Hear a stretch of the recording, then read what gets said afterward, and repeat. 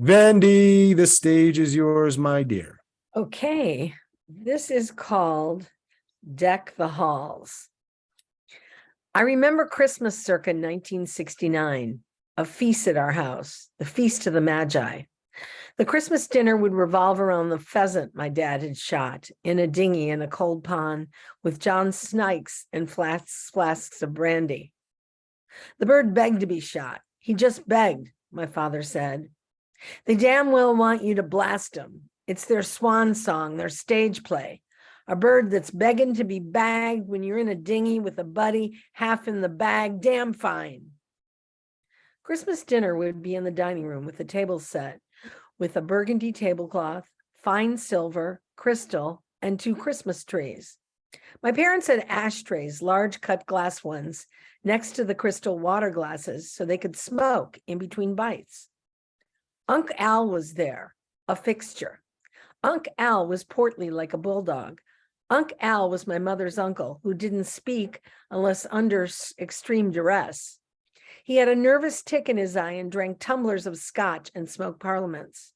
He brought my mother stockings from Marshall Fields and boxes of Fannie Mae for my brother's sister and I. I once climbed aboard Unc Al and used him as a jungle gym. He yelled, "God damn it, get off of me." This is the kind of rise we like to get out of people. Unc Al never spoke to me after that. As I said, the Christmas dinner consisted of pheasant and red cabbage. The red cabbage adorned the pheasant. The pheasant glistened, and the red cabbage was a mound of burgundy, like the color of the wallpaper in the dining room. Bang up job with the bird, juicy, my dad said to no one in particular. Just a second. We were feeding pheasant to the schnauzer and the Siamese cat called Tom under the table. My dad had consumed more than a bottle of wine and was the only one eating his pheasant. Babe, turn off the faucet and deck the halls. Just deck the goddamn halls. Unc Al was suddenly out of scotch. We dispatched my 9-year-old brother to get more. We all knew the liquor cabinet well. It was a little island on wheels. It was like a go-kart, only with booze. It was the most important piece of furniture in the house. My dad looked at my mother. Abroad is abroad is abroad, he said. She had wiped her eyes where her mascara was running and lit a cigarette. There was now no pretense. The schnauzer and the Siamese were openly tearing up pheasant on the dining room floor. My brother would bring them fresh bird and they would tear it apart. My dad's eyes glazed over. He no longer saw us. He was in his own movie. I'm not sure where he went. He lit a cigarette. What I need is a cheetah, a big cat. Get me a big cat. My sister and I kicked each other under the table. You kids get me a big cat. Jazz played on the stereo. We never had carols, and we had to eat the pheasant for hours, though no one was eating it. My brother or sister and I got our boxes of candy from Unc Al and openly ate them at the table. No one noticed as more wine was being poured. Abroad is abroad is abroad, my dad said. My mother was crying again, but the candy we ate was good, and there were presents under the tree. Presents that we'd unwrapped this morning. The gifts were given before anyone had anything to drink, before pheasant, when the coast was really clear and we were all really together. The night before, we'd had movies taken of us walking down the living room stairs, one at a time, hanging our stockings on the hearth. Great, good, you AF, now you, baby boo. Last but not least, Jake, go, you little dog, my dad said, shooting old-fashioned Super 8 movies of us. My parents nursed drinks and cigarettes, many drinks and cigarettes, and the procession was not always accomplished in one take. No, God damn it. I said to smile. Smile. It's Christmas, for Christ's sake. Christ on a crutch. Don't look like you're in slave labor. Big, big smiles. Deck the halls. Deck the goddamn halls. Fa la. How many halls can these kids deck, Maudie? We had to go up and down the 3 stairs over and over again, with the schnauzer and the Siamese following us. Down we'd go and up we'd come with the animals following. The animals were as confused and scared as we were. For Christ's sakes, who let that damn cat in here? And the dog, get him away too. If I wanted an animal, I'd get a moose and a bobcat, so put those two away. The stockings finally got hung above the mantel after an evening of retakes. It was now very late, and a lot of creme de menthe had been consumed, till my parents got more and more shrill, and Christmas Eve grew more and more to look like any ordinary night. Even the choice of music was skewed. We started out on Christmas Eve with jaunty carols and a brass section and singing in chorus. We'd end up with Stan Getz Take 5 with my father chain-smoking viceroys and carrying on the same leaden dialogue with my mother while we were being photographed. She's just abroad, for Christ's sakes. Abroad is abroad is abroad. On Christmas, my mother would say.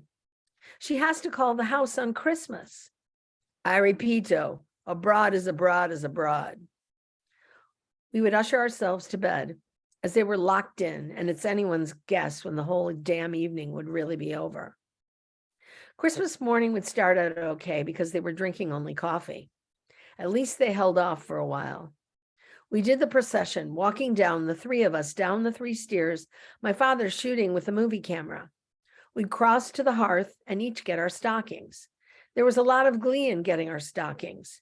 The stockings were chock full with delight, little presents, candy, small treasures. Jake got a little animal and a whistle.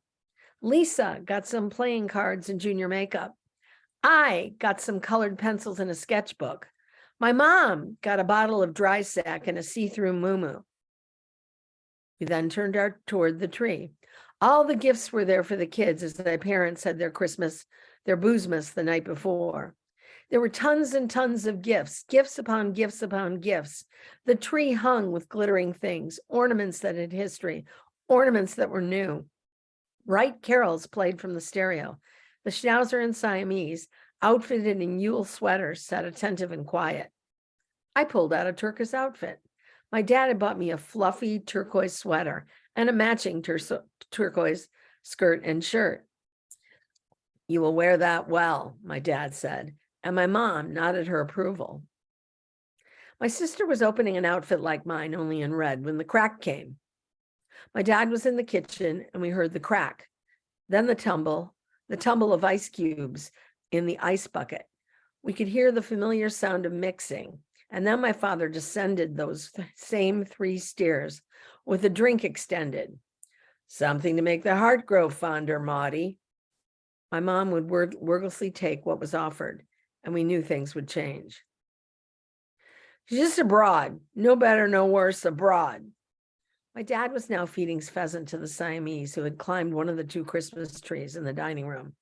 My mom had gone to get dessert, which was a Yule log with a cavern in it. Something had gone wrong, and there was a crater-sized hole in the log. My mom brought it to my dad's place and plopped it down with a thud.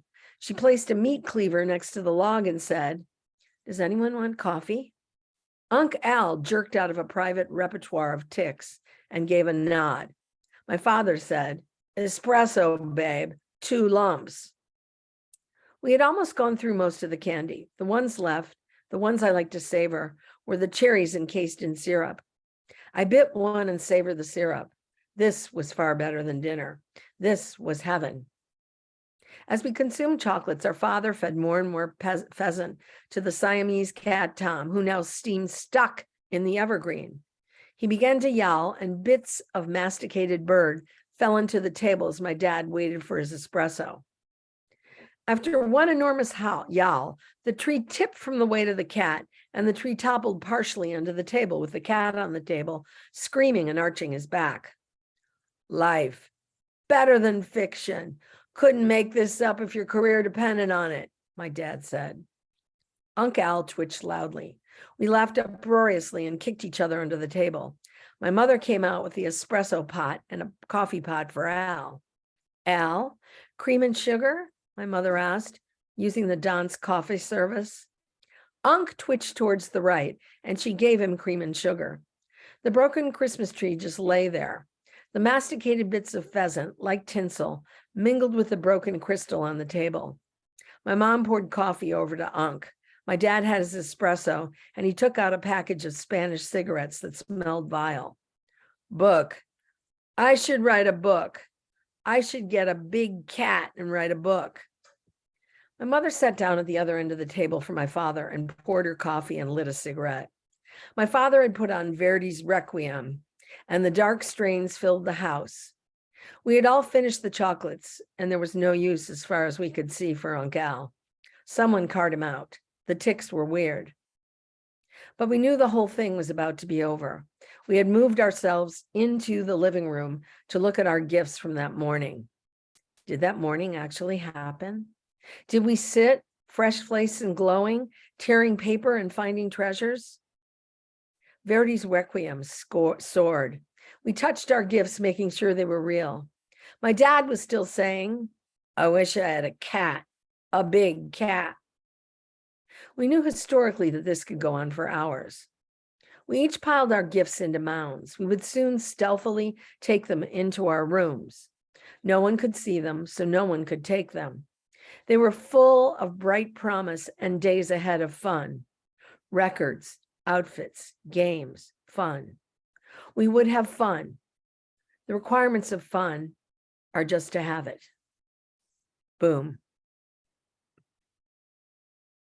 Thank you, Ms. Vandy in the Chicagoland area.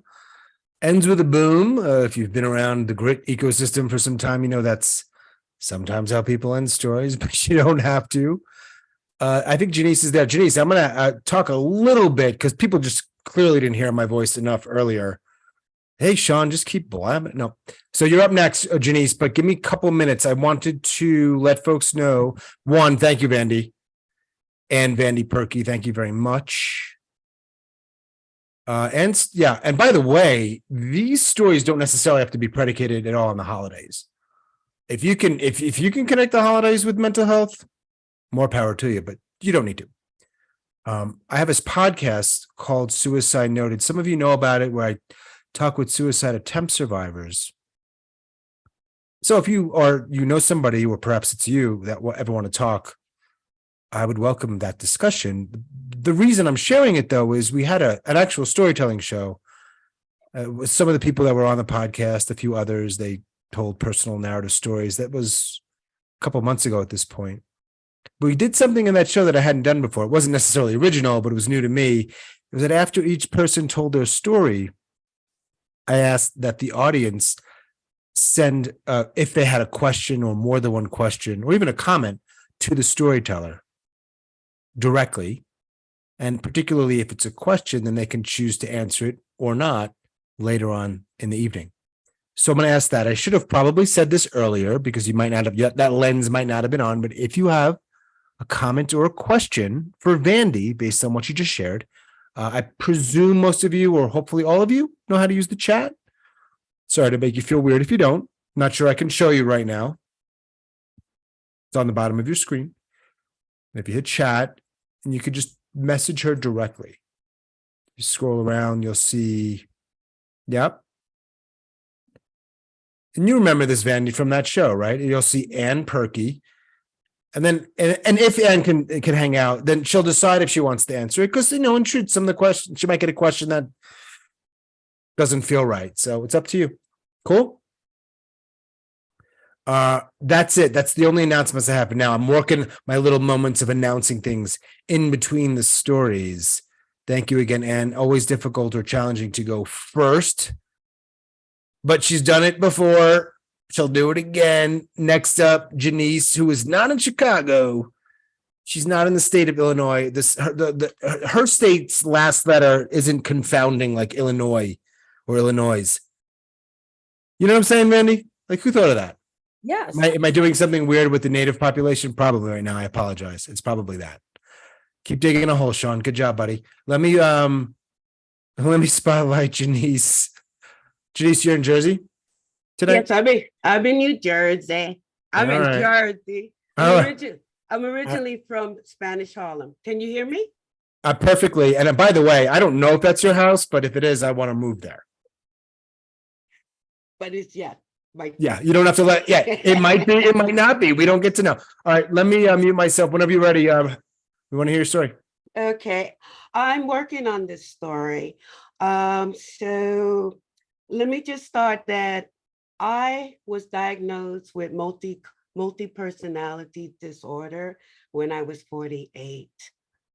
Before then, my life was nothing but glimpse of, movie clips or audio clips. I couldn't even tell you anything really what my life was as a child up to when I was 48. And I remember that I remember that when I was me, I always felt like I was in this cocoon of a heavy weighted blanket of doom and sadness. And it was like, it was so overbearing that I always wanted to feel that I wanted to die. And my parents moved to Springfield Garden, and it happened to be, our house happened to be across the street from a cemetery. And I remember I used to go there and just lay on somebody's grave and just feel like I wanted to be part of that because I wanted to die. And I remember that one day, I was living with my parents, and I was a teen mother, and I had this beautiful 18-month-old baby. And I remember that I took pictures of her, and the pictures were gorgeous. And for a moment, I never felt so alive. I felt happy that I never experienced.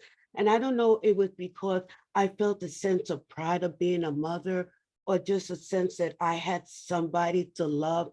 But I know that I was overwhelmed with these pictures. And I remember that somebody invited me to a party in the Bronx, and here I am in Queens. And I knew that I didn't want to go. But I remember that I woke up finding myself knocking on this door, that I made my way to the Bronx. And I remember my hand just touching this door, and it opened up. And when I looked in, it looked like it was ransacked. Apparently to me, it looked like it was burglarized. And I all of a sudden became so scared. I mean, it was like this fear, just this blanket of fear just swept over me. And I remember running down those marble stairs of this apartment building in the Bronx. And I ran onto the street, and it was late. It was like 1 or 1:30 in the morning. Nobody was there. And I didn't know where the train station was or nothing. Next thing, as I was walking, this car pulled up next to me, and I look, and there's this beautiful, handsome Hispanic man. And he says to me, would you like a ride? And I jumped in the car, not even thinking. So I jumped in the car, and I remember I was sitting in the car, and I wanted to just take a moment to share my happiness. So I started showing him these pictures of my daughter and I wasn't paying attention when he was driving. And he was commenting how beautiful she was. And next thing I knew, the car speeded up. And when I looked up, he was heading towards the underground meat market, which is in Concourse. This is a 3 blocks underground wholesale meat market. And he was driving, speeding into this tunnel. I remember that my senses just like everything, my senses just became like crazy. I could smell everything, I could see everything, I could feel it. And I knew that this was going to be bad for me, bad. So as he slowed down towards the middle of the tunnel, I was getting ready to jump out, but I knew that I didn't have a chance, but I was going to fight for my life. And all of a sudden, he just speeds up. And he exits. And then he stops and he tells me, get out. I jumped out of that car like it was on fire. And then he said to me, you can thank your daughter that you're going home tonight. It was at that moment that I realized how much I wanted to live. Not for my daughter, not for anybody. I wanted to live, that I didn't want to die. And I knew at that moment that something was wrong with me, that I needed help. A while later, I would say a few weeks later, I learned that I ran into the Bronx serial killer. Thank you. Whoa, all right. Thanks, Jenice. Bronx serial killer. All right. We're going to talk more about that later. If you can hang. Wow. All right. So Vandy leads us off in northern Chicago. Then Jenice busts in with some of that stuff in Jersey. You never know. Kory, I don't know. Kory, you unmuted. You never know again. Look, we got Vandy in northern Chicago and Jenice in Jersey. I mean, of course, we're going to start with a bang and a boom. Am I right? Right. You know, Kory Thomas May, question for you as not only a very experienced public speaker, he's won a lot of awards. Just saying, he gave me some props, but I'm just facts. These are facts. Is El Jefe I'm speaking a little Spanish tonight because I happen to be in Mexico. So occasionally I'll throw in a little Spanish or Spanglish.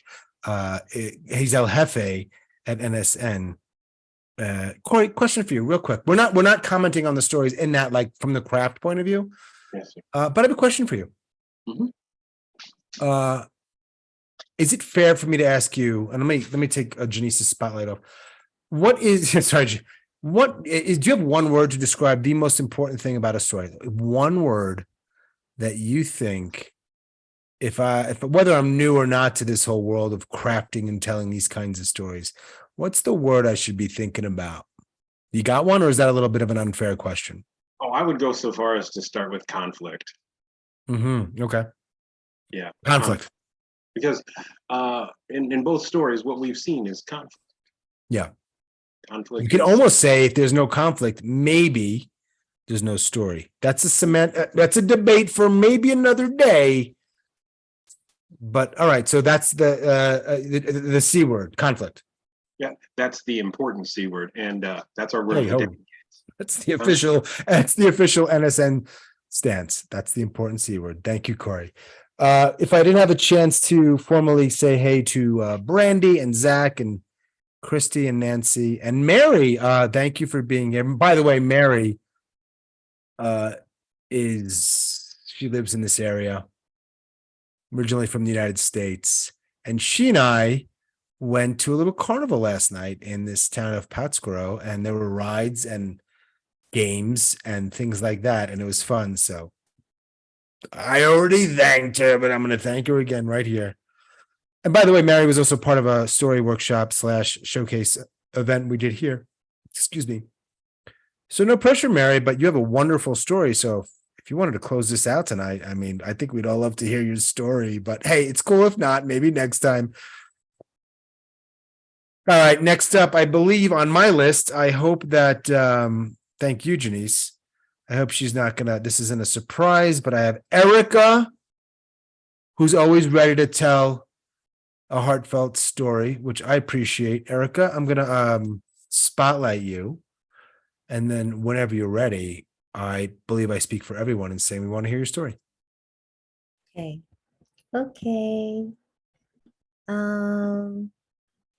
Okay.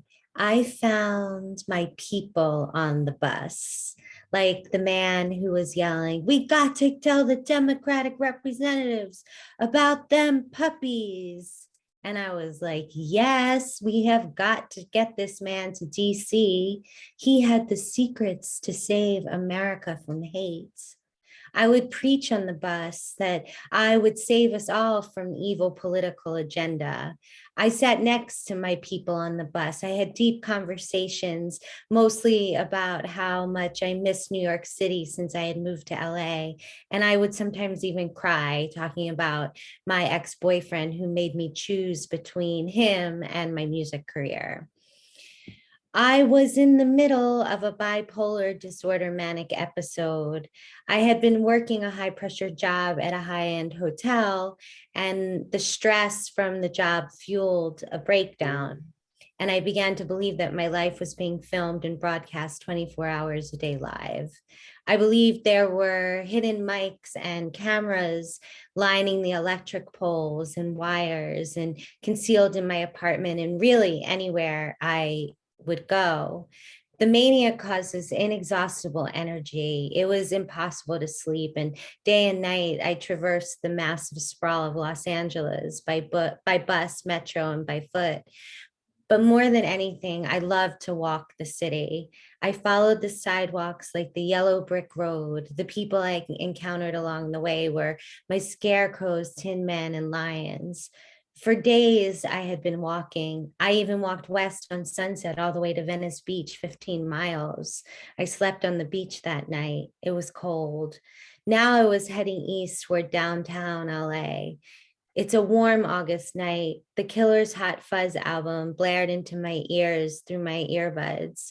I sang along, I got soul, but I'm not a soldier, as if I were in a music video.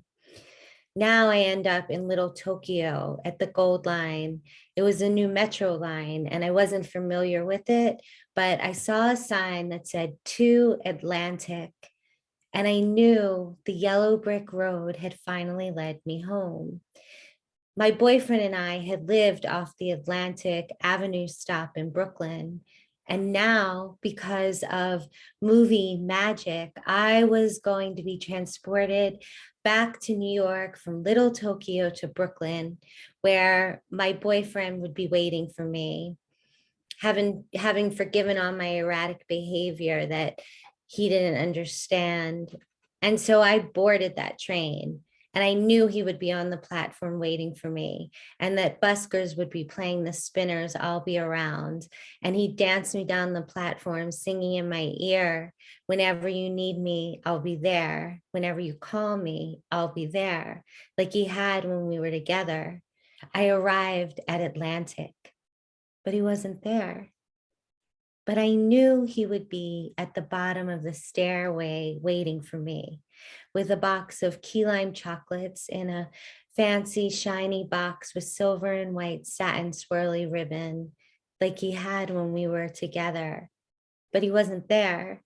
Confused, I wandered. I saw a girl sitting at a bus stop.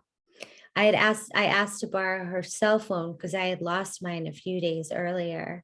And I called him and he picked up. I explained, I've arrived, that I was home. He could come get me. I believed it was the season finale of our reunion show, but he was angry. He didn't like it when I called, and he was confused too. He asked to talk to the girl. I heard her say Brooklyn. No, LA. She puts me back on the phone, and he told me, go home to your apartment. He told me to call someone else, but I don't know anyone else's phone number. He told me to flag down a police officer. He told me he didn't want to hear from me ever again, and he hung up. Through my tears, I clicked my heels and repeated, there's no place like home. There's no place like home. There's no place like home. But I opened my eyes to find that I was still in LA, and the devastation is unbearable. Thank you, Erica. Thank you. Thank you. You are one of those tellers, actually, like and Vandy and Jenice, who just never shies away from bearing truth. I like that. That's awesome. So thank you. Because people hear it and they're like, oh, okay, yeah. Thought I was the only one. There are people. That's a real thing. No doubt about it. They might not tell you. They might not. Did you just give me a heart? Okay. You can talk if you want to. No, like they don't always message. They might not email. They may not text because, like, why would they? They don't have your phone number, but they're out there. So thank you. And the three of you, and also do a nice job of putting it in that form, which makes it, I think, a little bit more digestible, a little easier to follow, a little more like, oh, okay, there's some, it makes sense. Just a reminder, let me take Erica's spotlight off. I know she loves I know you love this spot. Okay. Got to go off at some point, Erica. Sorry. Yeah. Thank you for the 17 human beings. I'm one of them. So 16 others who are here.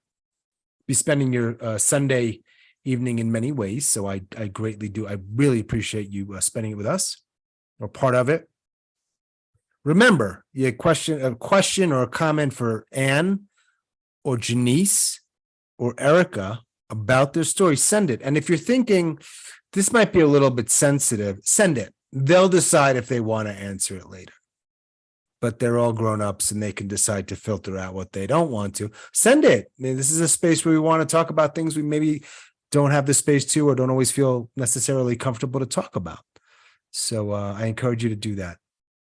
The other question I have before I ask, I believe our next storyteller will be Nyanna, but not yet. Not quite yet, because I do want to ask you, why are you here? Which might sound like a little bit of a weird question. Can I ask that you put in the chat what's your connection to mental health, or maybe it's what's your connection to story, or me, or Kory, or someone else here? Answer it however you want. But I'm curious, why are you here this evening? And I am glad you're here, but I wanted to learn a little more. Sean, you're asking for simple answers to that great existential question. Thanks very much. Isn't that the real challenge here? It's a big old existential question. Why are you here tonight is not existential, and then I'm asking, why are you on Earth? I'm saying, why did you show up for this event? Grit/NSN mental health happy show. I just want to know. That's different. Yeah, we're different. So different. Yeah. I'll go back to my corner now. Okay. And as you put them in, I want to share them. And then when I'm done sharing them, I'm going to introduce Nyanna, who I really do hope I can continue to say her name correctly. Sharon, because this is to everyone can see it. So I'm going to say it aloud with their names. I want to hear real stories true from the heart. Thank you, Sharon. Nancy works in mental health.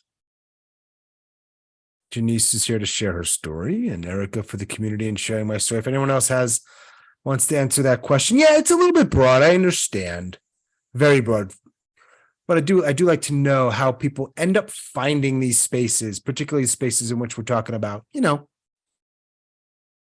are these kinds of things.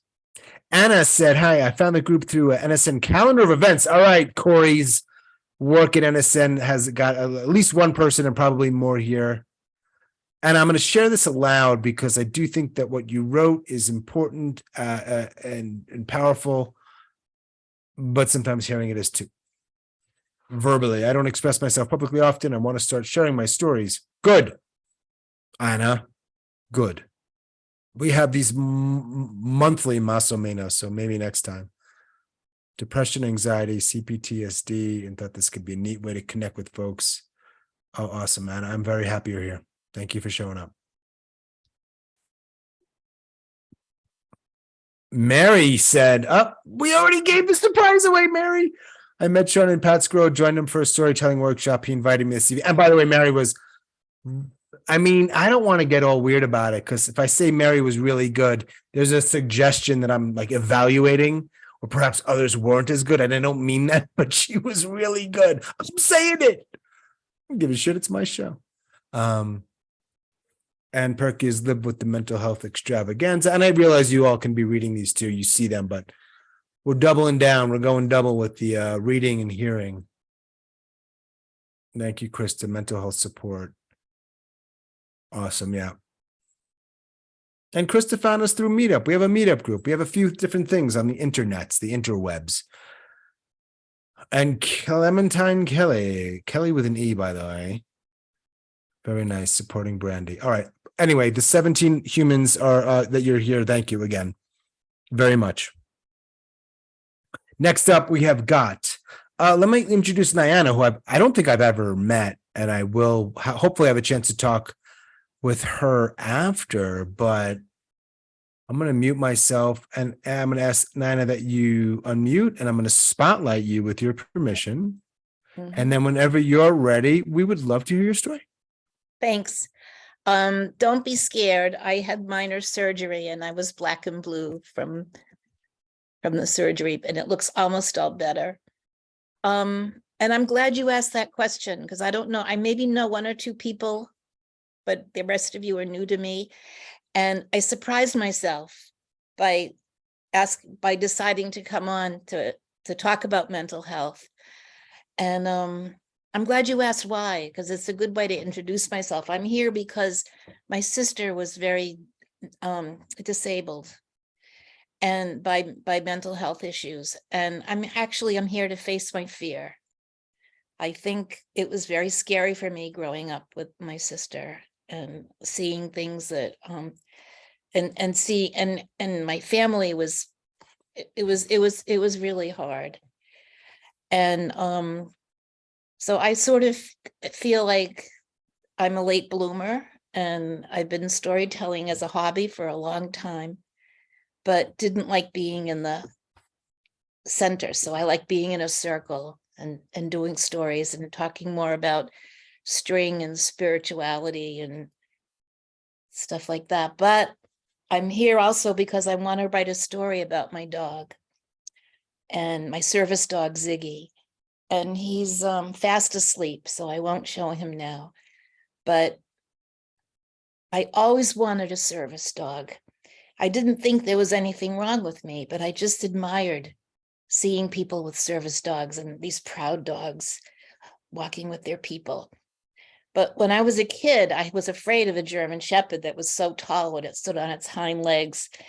And I had a lot of fear of dogs too. Once I was swimming at the lake and it was an H raft and a dog jumped in right after me, and I didn't really know how to swim, and it was stuck on my neck and we were under the water and I was scared. But mostly still, I really liked dogs. And when my daughter was born, she was born with a disability, and the neurologist said that her brain was different. She was wired differently. And I didn't know what that really meant. And the diagnosis was pervasive developmental disorder. It was scary. It was awful. And I just wanted a nice kid. And it was hard to deal with the medical issues.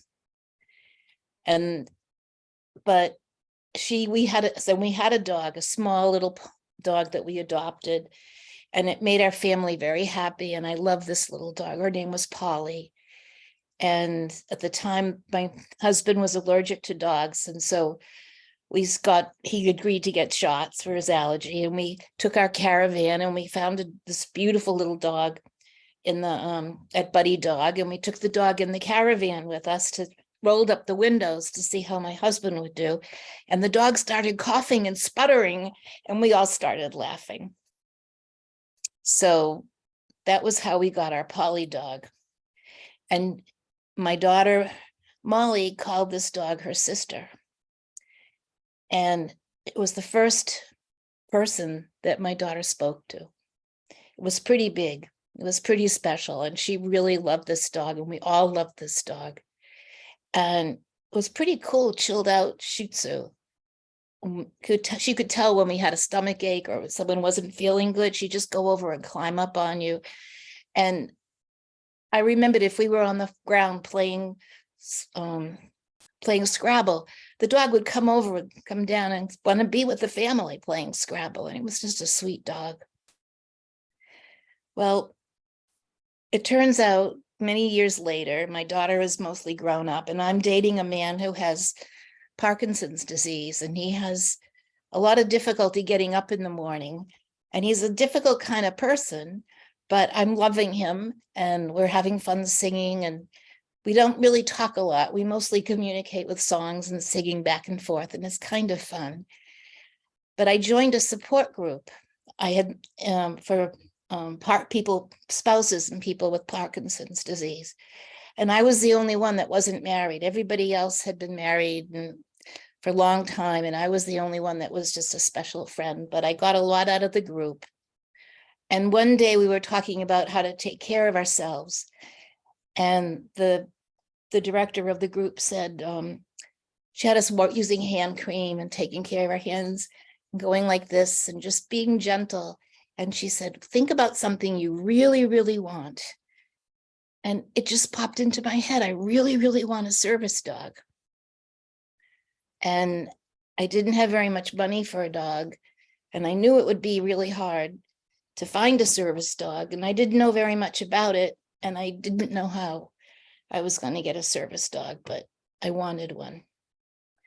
So I'm not sure how much more time I have, but I'm trying to collect all my little memories and my partnership with this dog of mine to try to write a story about it, because it's pretty amazing. It turns out that my dog is 8 pounds and it's a little Chihuahua Terrier and does not look like a service dog.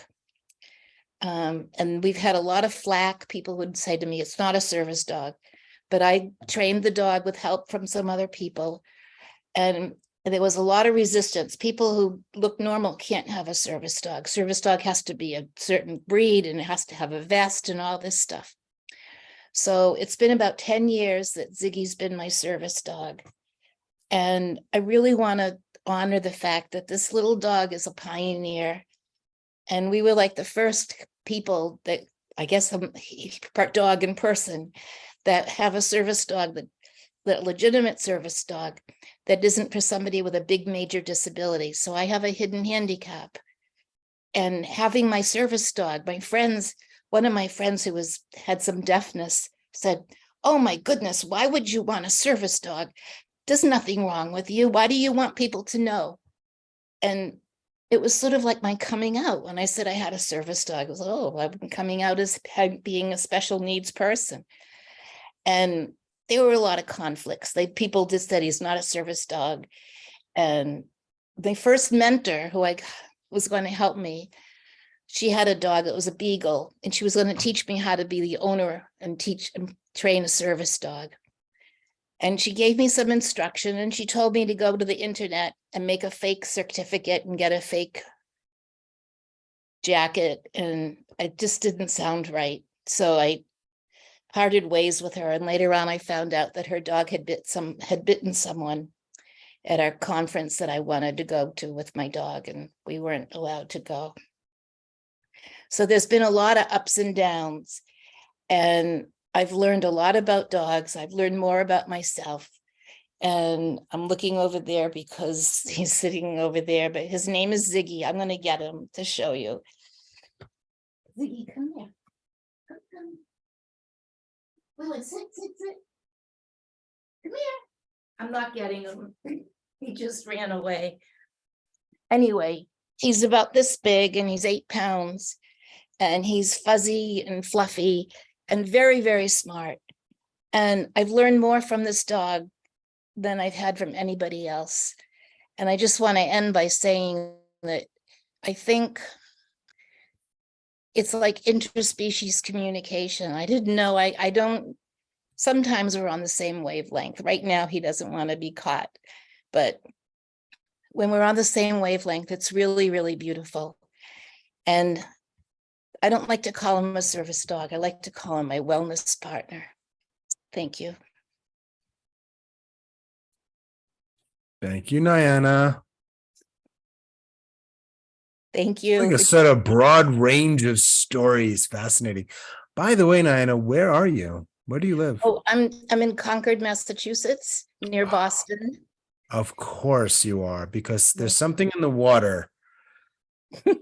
Kory's rolling his eyes. He's heard me say that a lot, but there's something in the water in certain parts of Massachusetts. We believe certain parts of Illinois, not in Iowa, perhaps a couple of locales where it seems like storytelling just thrives and people just want to just spew it out. Thank you very much. Thank you. Thanks, everybody, for Of listening. course. Yeah. Thank you for sharing. So yeah, again, I'm gonna remind people if you have a question for Nyanna, and I mean, like maybe she said something in the story that you're like, huh, wow, I want to learn a little bit more about that or understand more, or I had a thing in my life that it reminds me of that. If you share that with her directly, then when we're done and we're sort of chatting a little bit more loosely, that would be something that she could potentially talk about, though you don't need to do that because we will have things to talk about either way. You know I what? want to, yeah, of course. I forgot to say I didn't want to be taped. All right, I won't include it. You'll let me. We'll follow up, and I'll make sure to cut it out. I've got some mad editing Please, skills. if you can, I would really appreciate it. Yeah. Thank No you. worries. Yeah, no problem. Quick reminder, everybody. Listen, if you like story stuff, every Friday. This may not be forever. I may not do this forever, but I've been doing it for a while. Every Friday at 3 p.m. Eastern, there's an open meeting for story geeks. Personal narrative, which and you can come and tell a story and get some feedback on your story. And then if you come more than once, you can start giving feedback on other people's stories if that's something of interest to you. And that's every week. Every month on a Saturday, Kory, you'll tell me if I'm wrong. I don't know if it's the first Saturday or the second Saturday. Kory Thomas May, El Jefe del NSN, runs something called The Cocoon, which is in collaboration with another organization called Story Jam. Happened last night, so it's probably a few weeks away. Similar, tell a story, get some feedback, and have conversations about this stuff. So if you are a story geek, like many people are here today, either of those could be cool for you. Yes, Kory. The Cocoon is the second Saturday of every month. Got it. All right, cool. And, look, Kory and I are both easily findable on the interweb. So if anything we've said is of interest, you can find us and message us.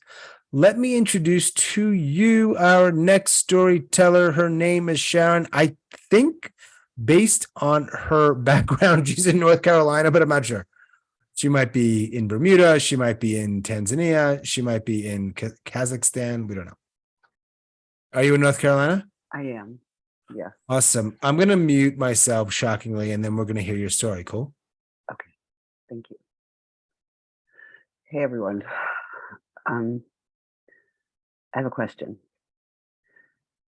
Have you ever fallen in love with someone and you just think about them all the time? And, you're looking at your phone and you're waiting for your phone to ring and it's the morning and you're waiting for them to call and blah, blah, blah. Okay. Imagine that you feel that way, but not about a person. That's kind of how I am with food. I'm obsessed, and I always have been since I can remember with food. I go places and I wait to see what the food situation is, or I plan the food situation. My memories from early childhood, my favorite memories. My dad used to take us kite flying on Sundays. What a great memory. But you know what I remember even more? The donuts afterwards. And we would get to choose our own donut from Dunkin' Donuts. I always chose the same one, the Boston cream. Of course, we all know, of course. But the point is, I could choose anyone I wanted. And that was more exciting to me than 3 hours on the beach flying kites. I used to remember birthday parties because I was allowed to have ice cream, because ice cream was not something my mother thought I should have because I was a chunky child. Now, I just want to clarify that when I look at pictures of myself as a child, fuck that shit. I wasn't a chunky child. I was a child. I was a normal human. But at every point of my life, I have always thought I was overweight. From my earliest years, I've always thought I was heavy. And whether I was or not didn't matter because that was my own perception. And I remember when I was in 9th grade and I weighed 145 pounds. I was pretty much the same height, maybe a little bit less than I am now. I'm 5'6". And I thought, oh my God, I'm 145 pounds. I'm gigantic. Okay, what I wouldn't give to be like within spitting distance of like 245. I mean, seriously. So yeah, so I thought I was so heavy all this time. So what's the point? 2 months ago, almost 2 months ago, 7 weeks ago, I saw this new doctor, and this new doctor recommended this new medicine, which hasn't been on the market very long. It's called tirzepatide, which to me sounded like fancy laundry detergent, right? And she said, I'm going to recommend this medicine for you. I want you to give yourself an injection once a week and see how it goes. So for 7 weeks, I've been giving myself an injection once a week. And I thought, based on what the doctor said, that I might lose a little weight. I thought that I would crave less foods. I thought that maybe I'd be less hungry. That's what it's supposed to do. It's supposed to make you less hungry, and it's supposed to make you less craving. What I didn't realize was how much of my life was wrapped up in thinking about food.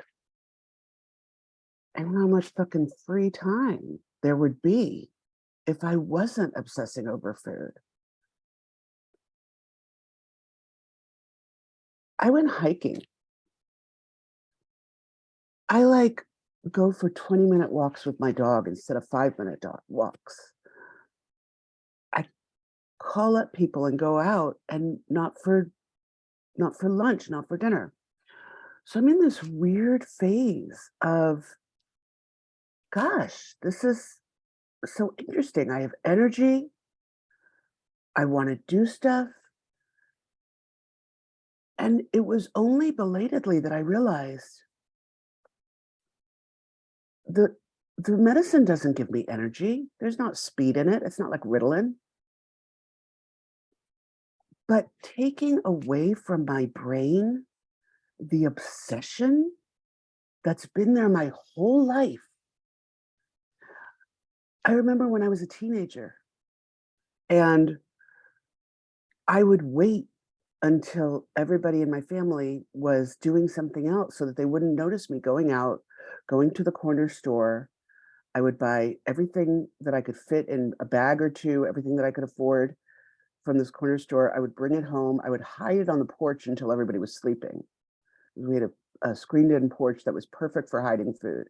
And then when everybody was sleeping, I would bring the bag in, and I would just eat and eat and eat, and then throw up, and let me eat and eat more. And that was my life.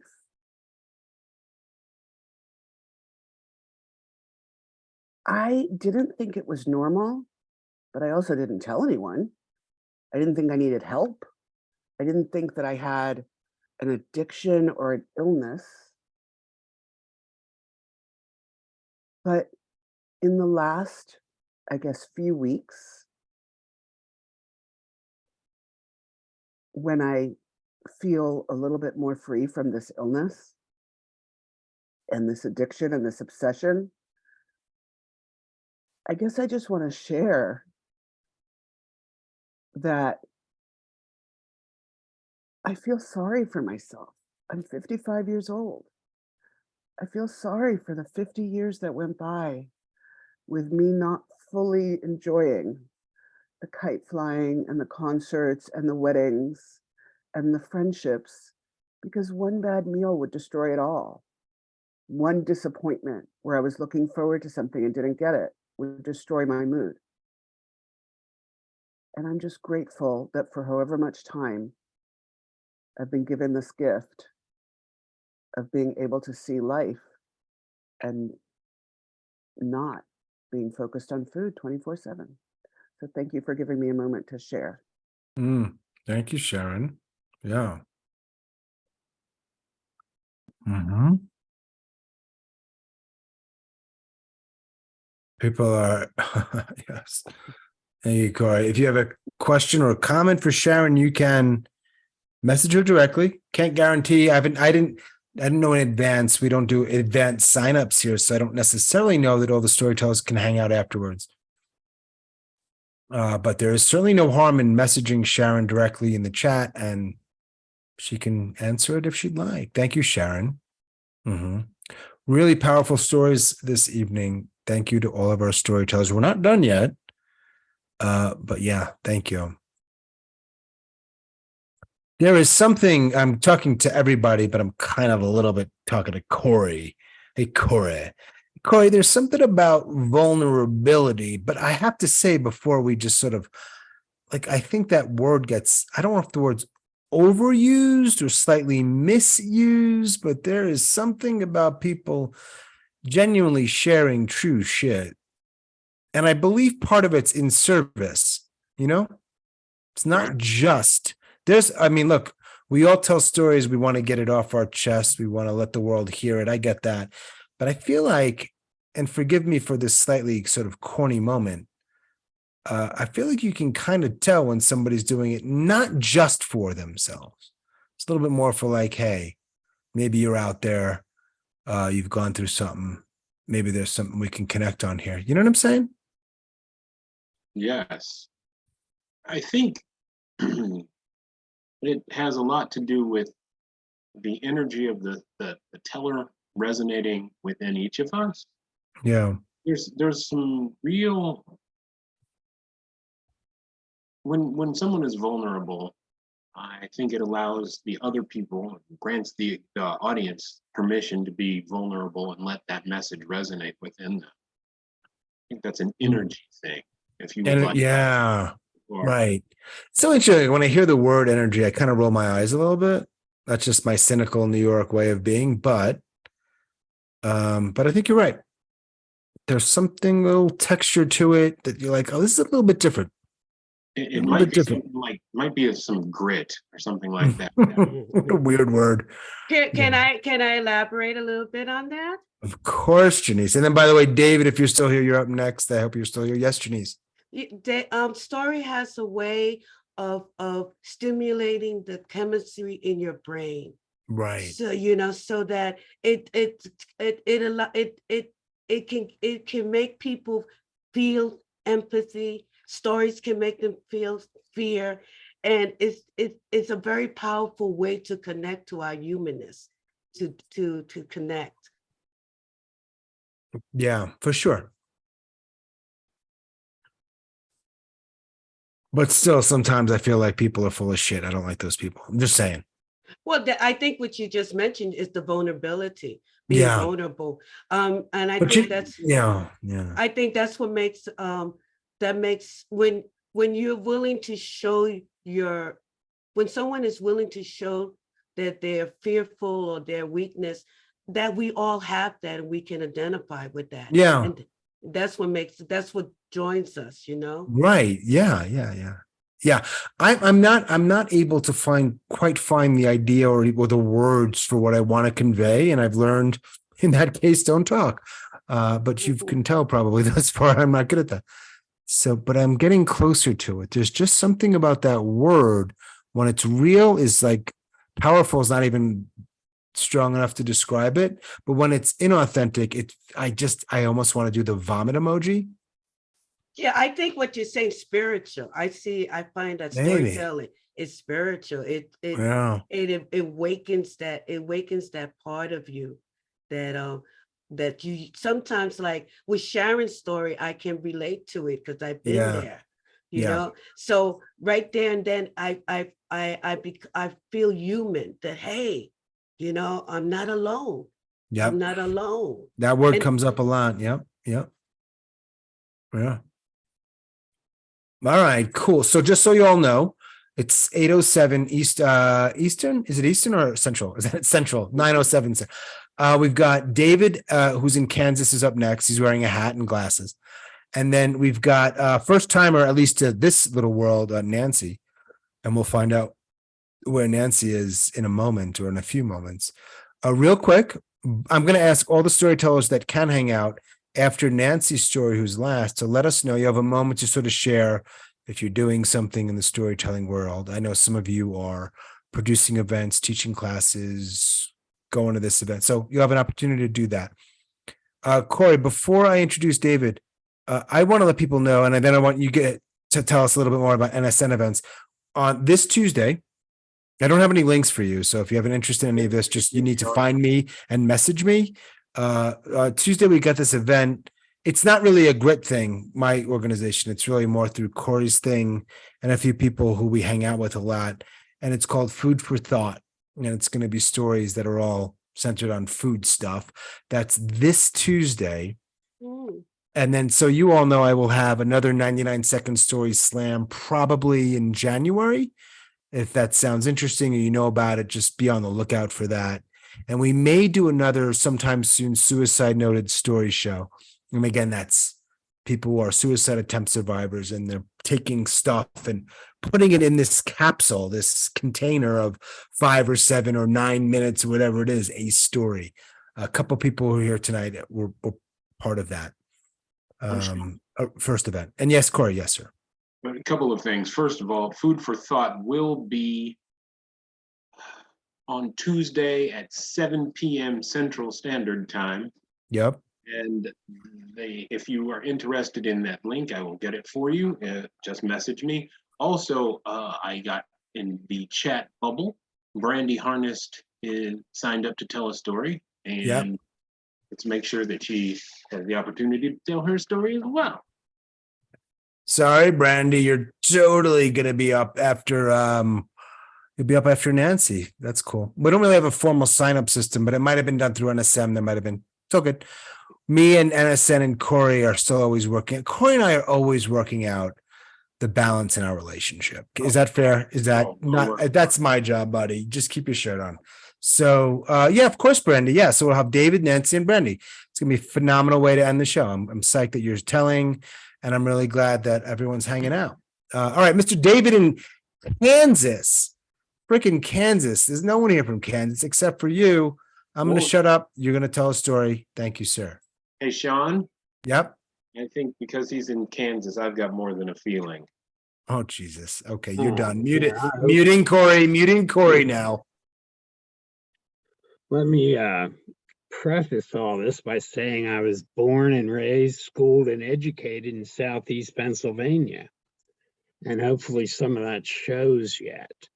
But yeah, 32 years ago, I ran out of gas in Wichita, Kansas, and haven't raised enough to fill the tank yet. Anyway, and Sean, if you're not an asshole to somebody in your world, you got to get out more.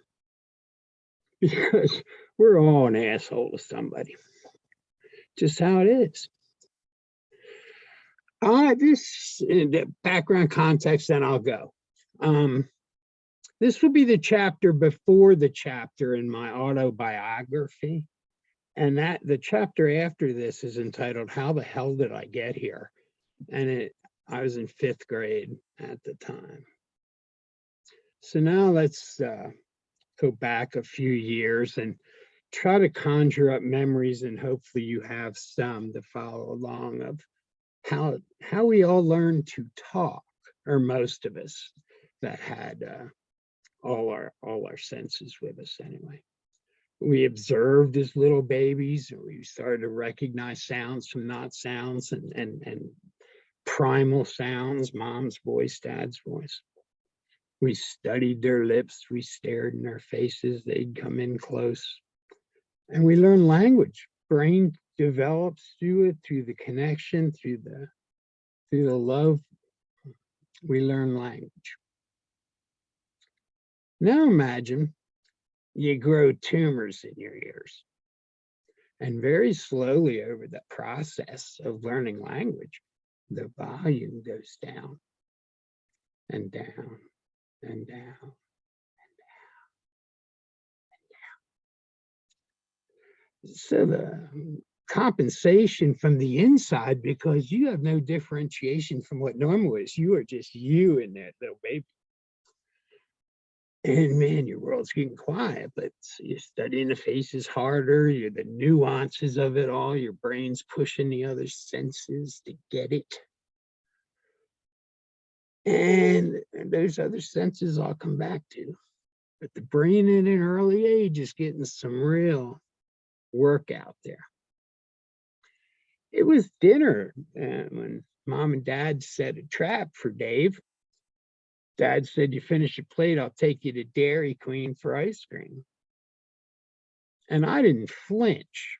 I mean, I didn't look up. I didn't nothing. I didn't hear him. And then my mom filled in most of the blanks in this story. But it dawned on them I must be deaf, and that tended to be the case. Tumors got removed, and there I was. Loud, can still be loud. Kudos to my monogamous friend and woman of 42 years, wife in the living room, because she has lived with loud. Now, not all the time. There's Tender and Slow Hands, my favorite song after dark. And there's a lot of cool things about me, but she learned to live with loud too. But so it took a lifetime to turn that down, for a short period of time to turn it up. And this story comes together. The insights don't all hit you at once, but if you may or may not remember the name Kreskin, the amazing Kreskin. He was from Easton, Pennsylvania, and he started on a local Philly station show, reading minds in the audience. We had him on campus, and I had insights because I was extreme volunteer, but I got tickets to the after party of Kreskin's show at the president's house, tea and crumpets or whatever it was. And I got to sit in the corner with Kreskin for a while and talk with the man, and it was really great. But it dawned on him that he was the oldest of 7 kids, he told me, and he could push the little ones around to force them to play hot and cold, hide the eraser, and it came by a lot of different names. But it dawned on him he knew his siblings' answer to where it was before they answered them. And he could force them to keep playing regardless of how boring it was. And he honed that skill. That's another one that kind of got accentuated as they turned the volume down on me too, I think. That you just get heightened to that everything else might be coming out of the human beings that are outside of your world, into your world. And I'll end the story with the coolest part of it all was most of the time when I was a bachelor hitting the club. I wasn't there long till I knew whether I was going home with somebody and who that probably would be. When all those things were at their height and I was maxing out at the head with it too, well, I could just tell. So it had its upside. How the hell did I get there? That's the next chapter though. Boom. David in Kansas leaving us with a little surprise. You know what I mean? That's the next chapter. I hear you. I like it. Okay. John, Yeah. Yes, Kory. I need to make a correction. And Vandy Purky told me that I was wrong. More Than a Feeling is Boston, and I should have given Nyanna as that's right. We all knew that, Kory. We're just making you feel good, buddy. What is the Kansas song? You thinking Dust in the Wind? What do you want to do? Carry On, My Wayward Son. What do you want to do? I can say that one to you because I'm older than you are, my friend. Carry On, My Wayward Son. Significantly. Okay. Thank you, David. I'm going to, I've for some reason forgotten to remove spotlights this evening. So people are like, hey, you know what? My story's done. Take me off of the spotlight, Sean. Which I can do. And I did. And thank you. Again, if you have a question or comment for David, you can just message him directly. And yeah, cool. And so we have 2 people that are new to my little bubble, which I'm so psyched about. I love that. That they're here and they're willing to tell a story and it's mental health-ish related, right? Brandi is next. And then Nancy's going to close this out. And then if you can, I'd love for you to hang out a little bit, get to know each other a little bit better, talk about some of the stuff that came up tonight. Brandi, where are you? Let me find you. Why am I talking in that weird wannabe DJ voice? Let me find you. Brandi, there she is. Hey, Brandi, before you start your story, 1, thank you for being here. Mm-hmm. 2, where are you? Where do you live? I'm in Ohio, but I'm from Texas. Texas to Ohio. Enough said. All right. I'm going to mute myself. And then whenever you're ready, we'd love to hear your story. Okay. Sounds good. Thank you. So this is a story. It's kind of more like a letter to my dad. It kind of rhymes a little bit, but it's just to keep your interest, I guess. Dad, I remember your truck, every ding, every dent. It still has the stench of that old cigarette scent. The change in the ashtray rattles away, driving around in your '02 Chevrolet. If you called now, I'd answer on the first ring. Oh, how I wish it would ring. You would be the first person I'd call if heaven had a phone. You see, I never thought at the age of 25 I would have to find what they call my new normal. When I heard you died, I thought it was make-believe. I thought you were immortal. How could you do this to me? How could you leave? I still think of you every time I meet someone named Steve. The man at the corner store, the truck on the highway, all makes me think of you. And you would still be here if I had it my way. Country song on the radio, the ones with Travis Tritt. I know they say the pain will ease, but that truly don't mean shit. It doesn't help how I feel inside right here, right now. I thought we were just playing when you talked about wanting a burial 6 feet underground. Around 2:30 a.m., October 30th, 2021, only a year ago, the neighbors heard the gunshot. Now you're the reason that my stomach's tied in a knot. Believe them when they tell you they no longer want to live. It's not so hard to trust them. What else you got to give? I know I'm your daughter. I knew I would outlive you, but the illness that lives in your mind also lives in mine too. The view you have now may be perfect. You could see every mountainside. Please believe them when they tell you they contemplate suicide. You were 55, diabetic and depressed. I thought your physical health would take you, but now I have to clean up your mess. Why didn't you believe the doctors? Why wouldn't you take the medication? All these questions I have now, I'll never get the explanation. I mourn for you daily. You are my best friend. I really can't wait to see you again. I love you, Dad, and I hope you can hear me. Make sure you take care of us down here. Make sure to visit your granddaughter, Marley. When your heart stopped beating, ours carried on. I still cannot believe that you are gone. Thank you.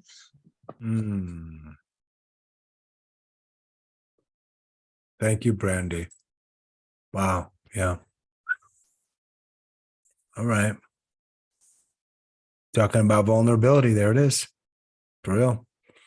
Got so much to talk about with respect to suicide, Brandi, only because I just spent a long time now talking to a lot of people who have attempted, but talk after if you want, or another time. Yeah. I realized you were just telling your story.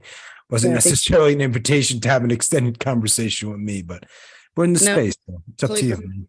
I enjoy talking about it, and I think more people need to talk about it. So thank you. Yeah, right. For real. Thank you so much. Thank you again. And it's nice to meet you. And I really appreciate you joining and telling and listening. And you know what they say about Ohio, right? It's the armpit of America. Well, I heard that it was well, I didn't hear that necessarily. I heard it was high in the middle and round on the ends. Did you hear that? Oh yeah, I've heard that too. I thought it was original. Damn it. Kory's not only El Jefe of NSN, he's a bit of a wordsmith. Of course you've heard that. Like some random dude from New York who lives in North Carolina and spending some time in Mexico has this original thing about Ohio. Please. All right. By the way, That armpit of America thing lines up depending on where you consider the asshole to be. hello. Okay. Maybe not Kansas, David, not Kansas. We can agree on that. Hey, let me tell you something. I've been doing this for not a long time, but a little bit. And I'll tell you, when you have 16 or 17 people who stay on for an hour and a half, that means that you're doing something good. There's something people are connecting to. Because I know people drop. It's not a criticism. It's just an observation I'm making. People hang out. They want to hear stuff. They want to talk. So I appreciate that.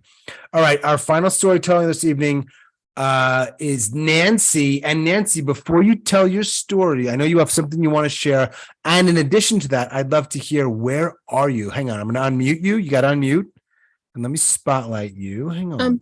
But I don't know if I want to be recorded necessarily, unless you can. I mean, I don't know what's involved with that. Do you give me the recording? Like, tell me what my No, I can stop the recording. And also there's a couple of the tellers that didn't want to be recorded. So okay, yeah, let's go ahead and not record me then. Sure. Where are you, by the way? Okay.